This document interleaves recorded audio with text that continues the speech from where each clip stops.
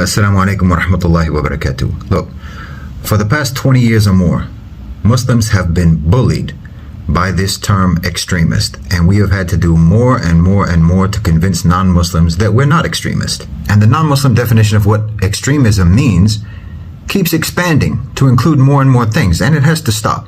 Nobody knows more about how dangerous extremism is than Muslims. We are overwhelmingly the biggest population of victims of extremism in the world. More Muslims are murdered by terrorists than anybody else. So yeah, we know how dangerous extremism is. We know what extremism is, and we know what it isn't.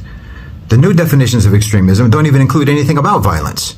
Not threats of violence, not actual violence, not promotion of violence, not incitement of violence. We've always been among the very first people to condemn criminal acts committed in the name of Islam. But now we're being told that it's extremist just to say Eid Mubarak, or to not say Merry Christmas, or to use the religious term for non-Muslims. I mean, if we can't use the religious term for non-Muslims, how long is it before we can't even use the religious term for Muslims?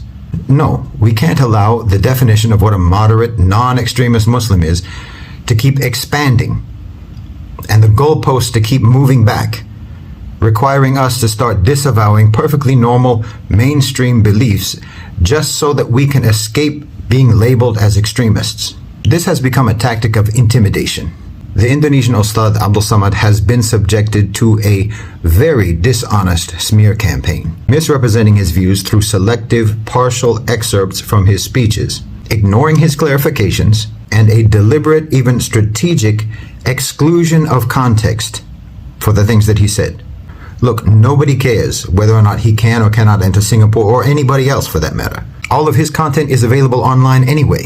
The issue is the defamatory claim that his views are extremist or radical or divisive or harmful or dangerous, because that's just a tactic to lay the groundwork for applying that same label to everybody else. Enough is enough with the bullying already. You don't get to coerce Muslims into disavowing normal mainstream beliefs through your performative fear and pretend security concerns. Look, Muslims in Nusantara practiced religious harmony and tolerance before anybody else even knew what those words meant.